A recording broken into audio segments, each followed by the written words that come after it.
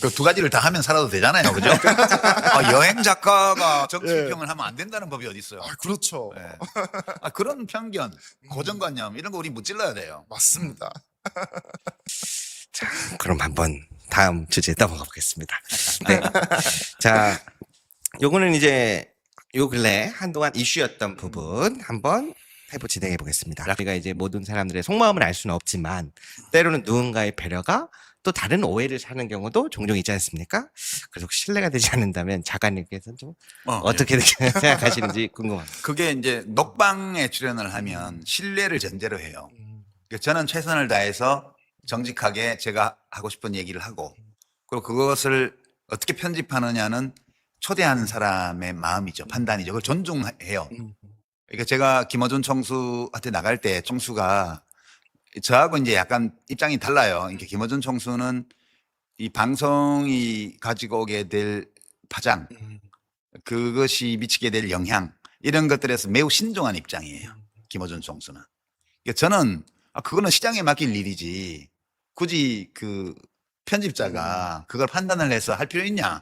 그러니까 뭐 너무 이상한 소리 내가 한 거 있으면 자르고 웬만한 건 다 내보내주지. 그렇지만 뭐 어떻게 편집하더라도 그거는 귀하의 권한이니까 난 간섭 안 해. 그러니까 저는 편집에 대해서 의견을 일체 내지 않습니다. 녹방에 출연을 하면. 처음부터 신뢰할 수 없으면 안 나가기 때문에.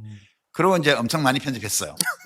그거는 저는 김어준 총수의 판단이기 때문에 그 프로그램 운영자로서의 그 판단을 저는 처음부터 100% 존중한다는 입장을 가지고 임했고, 그래서 불만이 없어요. 그 편집한 걸 보면서 총수는 이러이러한 점이 걱정되었구나. 나보다 훨씬 더 그 어떤 저널리스트로의 책임성이 크고 강하고, 그리고 판단도 신중하구나. 그렇게 저는 생각했고요. 그거에 대해서 제가 뭐 그 뒤에도 얘기 나눈 적도 없고요. 그냥 짐작하죠. 여기를 이렇게 드러낸 걸 보니 총수는 이런 점에 대해서 이런 걱정이 있었구나. 그리고 참 나보다 훨씬 현명하구나. 이제 그렇게 됐죠.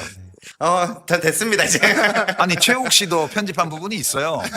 그래서 제가 편집한 부분들 이렇게 보면서 최욱 씨는 이런 대목을 편집하는구나. 그래.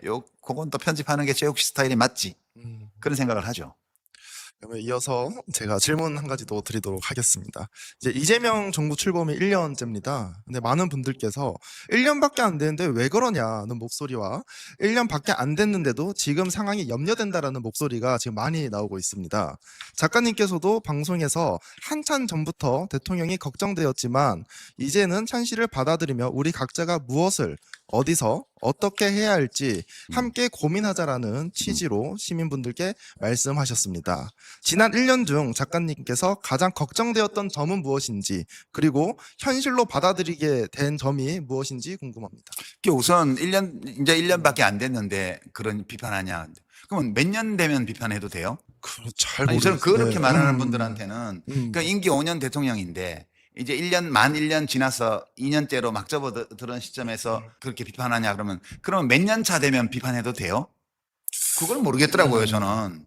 아니, 비판할 거리가 있으면 꼭 해야 되겠으면 하는 거지. 그게 제가 이제 한 4년 차, 5년 차 했으면 이제 임기 끝나가지고 이제 힘없다고 이제 그러는 거냐? 이럴 거 아니에요. 그러니까 이제 그런 쓸데없는 얘기는 좀 안 했으면 좋겠다. 그런 소망을 좀 말씀드리고요.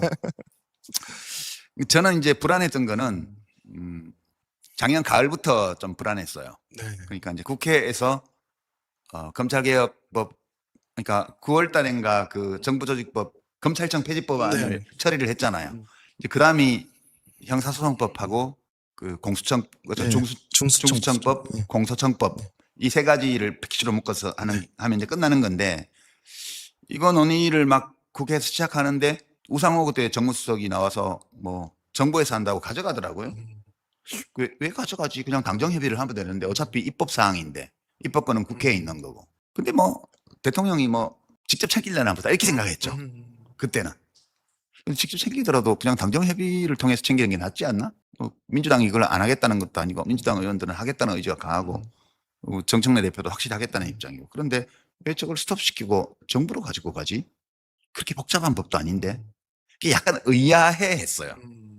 그리고 이제 12월까지 아무 움직임이 없더라고요.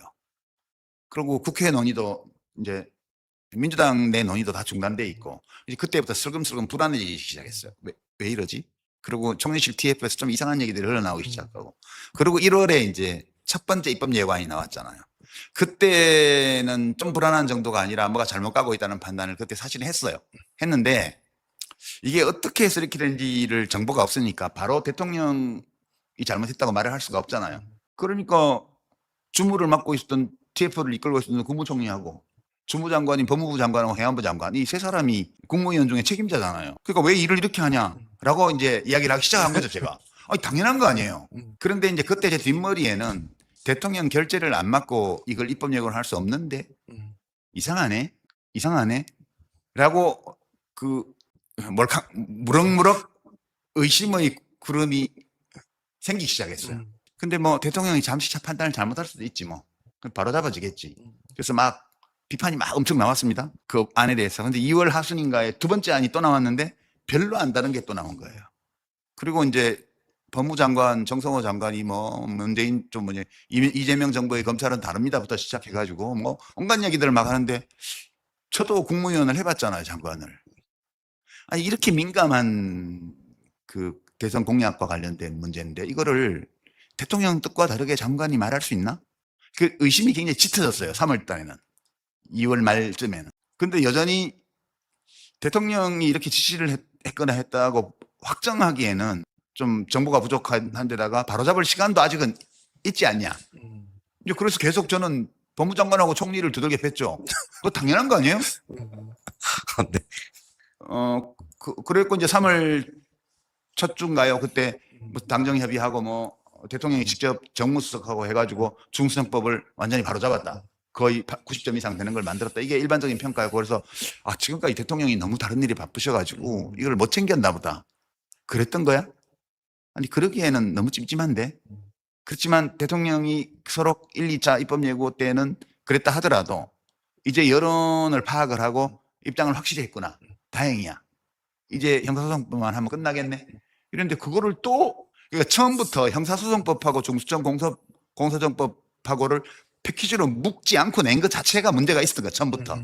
그리고 이재명 대통령이 일을 얼마나 잘하는 분이에요. 그렇죠. 떡소리 나게 만사를 공사 우선순위에 맞게 지하실 파고 기둥 세우고 1층 짓고 2층 짓고 올리는 스타일로 일을 하는 분이잖아요. 근데 이거는 공사 우선순위도 잘못했고요. 모든 게 엉망이었어요. 그리고 총리실 TF에서는 이상한 여론조사 결과 내놓고 도저히 납득할 수 없는 상황에서 시간을 끌었고 형사소송법은 뭐 지방선거 끝나고 한다. 해놓고 이제 TF 활동 종료하면서 정부안 없다. 국회에 맡기겠다. 그래놓고 이제 의원들은 또 소위 친명 자처하는 의원들이 이상한 입법안을 또 내고, 그러니까 이미 만들어져 있는 중수정법, 공수처법과 맞지도 않는 형사소송법 개정안을 또 내놓고 보안수사권이라는 이름으로. 이건 저는 이제 그래서 이제는 이것은 대통령의 판단이라고 봐야 될 때가 됐다. 달리 설명할 수가 없잖아요. 이걸 어떻게 대통령 모르게 또는 대통령의 의사에 반해서 이 모든 일이 일어날 수 있어요. 그건 그러면 이 정부는 망하는 정부예요. 이 중요한 여당과 대통령의 가장 중요한 선거 공약 중에 하나를 이런 식으로 밑에 장관들이나 총리가, 그리고 총리는 또 자기는 폐지 입장이래. 보안수사권도. 도대체 무슨 말을 하는 건지도 모르겠고. 그래서 이거는 저는 지금까지 법무장관의 행태, 그다음에 일체 나서지 않는 중수청은 행안부에 있는데 행안부 장관의 태도, 일개 장관 정책보좌관이라는 사람이 난동 부리듯이 다니면서 떠들어대는 거 마음대로. 그 대통령의 우리가 알고 있던 그런 공약과는 어긋나는 건데, 이 모든 것들이 다 대통령이 수사기소의 완전한 분리에 반대하기 때문에 생긴 일이라고 저는 판단할 수밖에 없었어요. 그 판단은 지금도 저는 맞다고 생각하고요. 대통령은 아직도 포기하지 않았다고 저는 생각을 해요. 10월 초에 지금 공소청, 중수청 출범해야 되는데 실무적 준비도 제대로 안 되고 있고, 지금 검사가 어떤 역할까지 할 수 있느냐의 범위를 규정하는 형사법 개정안도 지금 어떻게 될지 알 수가 없는 조건에 있잖아요. 그 대통령이 수사기소의 완전 분리를 반대하는 입장을 갖고 있는 거라고 저는 생각하고 이걸 관철하려고 지금까지 노력을 해왔고, 근데 본인이 나서서 직접 양해를 구하는 방식이 아니고 본인은 모호하게 말을 하면서 그렇게 한 점을 제가 마키아벨리적이라고 표현한 거예요. 다르게 이걸 일관되게 설명할 수 있는 다른 가설이 있나요? 대통령이 수사기소의 완전한 분리에 반대한다. 검찰의 수사권을 남겨놓고 싶어 한다. 이 가설이 아닌 다른 가설로 작년 9월 이후에 지금까지 검찰개혁과 관련해서 벌어진 정부의 모든 행위를 일관되게 설명할 수 있는 어떤 가설이 있을 수 있냐고요. 저는 못 봤거든요. 일부 비평가들 중에는 청와대 강유정 대변인이 수사기소 분리에 대한 청와대의 입장은 한 번도 흔들린 적이 없다 이렇게 얘기를 했는데 대통령이 그런 얘기를 또 여러 번 했습니다. 그 원칙적으로 네. 찬성한다는 얘기를 했는데 그 말을 몇 월 며칠 날 어느 기자회견에서 이 말을 했고 저 말을 했고 이걸 쭉 열거하면서 제가 거짓말을 하고 있다 그런 거예요. 제가 틀린 말을 하고 있다 그러면 이제 받아들이겠는데 거짓말을 하고 있대요. 비평에 대해서 관점은 완전 다른 거죠. 비평이라는 것은 비평 대상이 되는 사람의 말만 사실 팩트를 쭉 나열한다고 비평이 되는 게 아니라는 게 저의 비평에 대한 생각이에요. 비평가는 기본적으로 정치하는 사람은 거짓말을 할 수도 있다.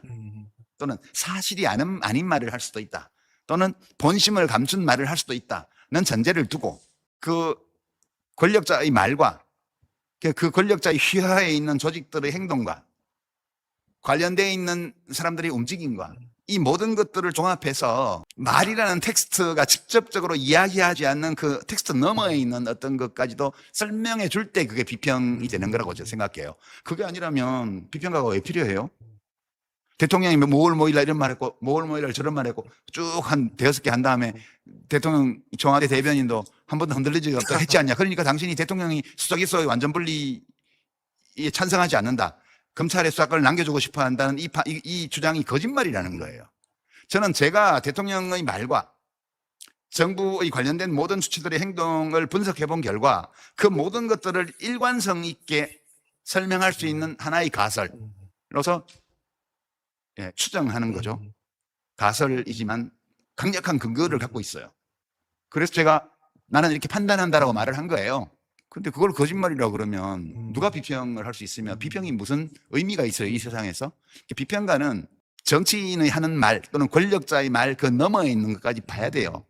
그걸 보지 못하는 비평은 존재할 가치가 별로 없다고 저는 생각합니다. 유시민 작가가 정권 초기에는 시기상조라며 막아서고 임기 말에는 힘 빠졌다며 비판을 입막음하려는 거대 권력의 뻔뻔한 태도를 강력히 직격했습니다. 검찰개혁 입법이 대체 왜 멈춰섰는지 총리와 장관 뒤에 숨어 입법권을 흔든 진짜 몸통이 누구인지 정면으로 되물었던 거죠. 대통령 결재 없이는 단 한 걸음도 나아갈 수 없는 구조 속에서 무럭무럭 피어오른 의심의 구름을 마침내 명확한 실체로 끄집어낸 셈입니다. 당정협의라는 허울 아래 검찰개혁을 지연시키며 국민의 열망을 짓밟았던 국정운영의 오만함을 향해 매서운 일침을 가한 것입니다. 이 영상에 공감하셨다면 구독과 좋아요 정중히 부탁드립니다.